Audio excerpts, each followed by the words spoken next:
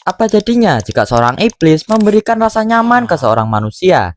Bukannya kebahagiaan yang didapat, justru hal itu akan merubah hidup manusia tersebut menjadi hancur sehancur-hancurnya.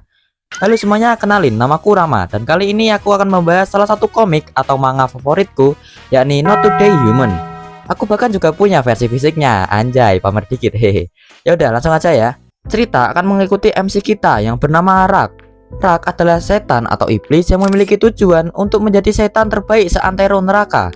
Dia langsung memulai misi pertamanya ya. Target pertamanya adalah seorang mahasiswi yang kita panggil saja Ica biar mudah. Nah, entah kebetulan atau gimana nih, Ica sepertinya sedang bertengkar dengan temannya karena temannya selalu saja melemparkan banyak tugas ke dirinya. Rak tanpa membuang kesempatan langsung saja mencoba untuk menghasut Ica agar Ica membakar saja tugas tersebut. Bukannya membakar tugas tersebut, Ica malah melakukan hal yang sebaliknya. Dia malah meminta maaf nih ke temannya. Di sini barulah terlihat bahwa Ica ternyata adalah tipe orang yang gak enakan gitu buat nolak. Mungkin karena alasan ini juga teman-temannya selalu melemparkan banyak tugas ke Ica. Di sisi lain, Rak yang gagal menghasut Ica mendapatkan poin -1. Jadi keberhasilan seorang setan di sini dihitung dengan poin ya. Jika gagal maka akan minus dan berhasil maka akan plus. Semakin besar dampaknya maka poin yang didapat akan semakin besar ya. Oke, kita lanjut. Rak masih terus berusaha menghasut Ica berkali-kali, dan berkali-kali juga lah dia gagal. Malahan Ica makin hari makin terlihat tambah baik gitu jir. Rak yang sudah frustasi banget memutuskan untuk mencari seniornya untuk meminta saran agar dia bisa menghasut manusia gitulah. Kita tiba-tiba diperlihatkan seorang setan lain yang sedang menghasut seorang pria. Dengan kata-katanya yang begitu lihai sekali, dia berhasil membuat pria itu mencuri dompet dari sekerumunan orang. Setan itu langsung mendapatkan poin plus 80 yang memperlihatkan bahwa dia ini setan yang sudah pro banget, berbeda banget lah dengan si Rak tadi. Nah, ternyata setan itu tak lain tak bukan adalah seniornya si Rak yang sudah dicari sedari tadi. Singkat cerita saja nih, seniornya bertanya, bagaimana cara Rak menghasut manusia? Rak dengan lantang menjawab, bisikan saja terus biar mereka melakukan dosa. Seniornya yang mendengar ini langsung memberitahu bahwa Rak itu melakukan cara yang salah. Dia memberitahu bahwa manusia masih bisa membedakan mana yang benar dan mana yang salah. Jadi yang perlu dilakukan adalah memberikan mereka kenyamanan. Kenyamanan sehingga membuat mereka sudah tidak tahu lagi mana yang benar dan mana yang salah. Nah, seniornya si Rak ini juga bercerita bahwa awal mula kebencian mereka terhadap manusia adalah karena dulu manusia tiba-tiba saja muncul dan mereka memiliki status yang lebih tinggi daripada mereka. Padahal mereka bukanlah apa-apa, tapi mereka amat sangat dicintai oleh Tuhan. Dia juga menegaskan bahwa seharusnya kaum manusia menunduk rendah serendah-rendahnya karena mereka sebenarnya sangatlah menyedihkan. Cerita beralih ke Rak yang kembali ke rumah Ica untuk menghasutnya kembali. Tapi masih tetap sama seperti sebelumnya, Ica tetap diam saja dan tidak mendengar hasutan Rak sama sekali. Tapi tiba-tiba Ica menangis terseduh-seduh dan membuat Rak yang awalnya kesal jadi melihat kesempatan baru lagi. Rak ingat nasihat seniornya yang bilang bahwa dia harus memberikan kenyamanan untuk manusia.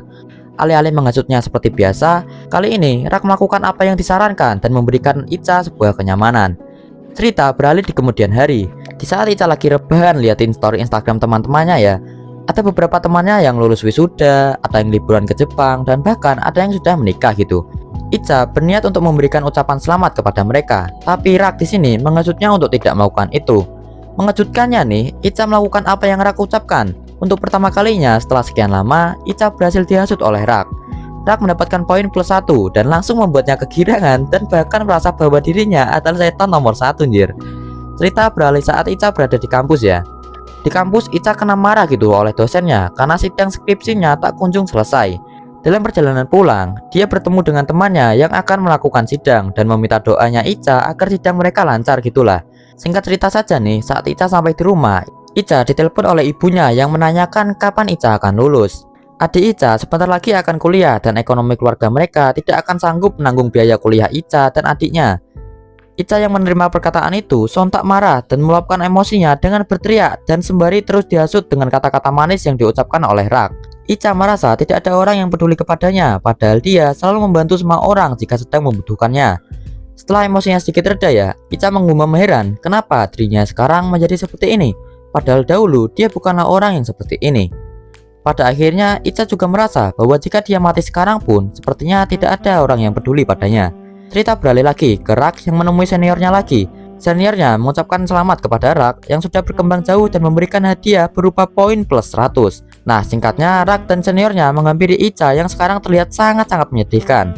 Mereka berdua langsung menghasut Icha dan gambarkan seolah-olah Rak dan Icha sedang menari-nari bersama. Pada akhirnya, mereka berdua menjatuhkan diri dari sebuah ketinggian yang menandakan bahwa Icha memilih untuk mengakhiri hidupnya sendiri. Nah, dari cerita ini ya, menurut gue ada satu hal nih yang cukup ngena gitu.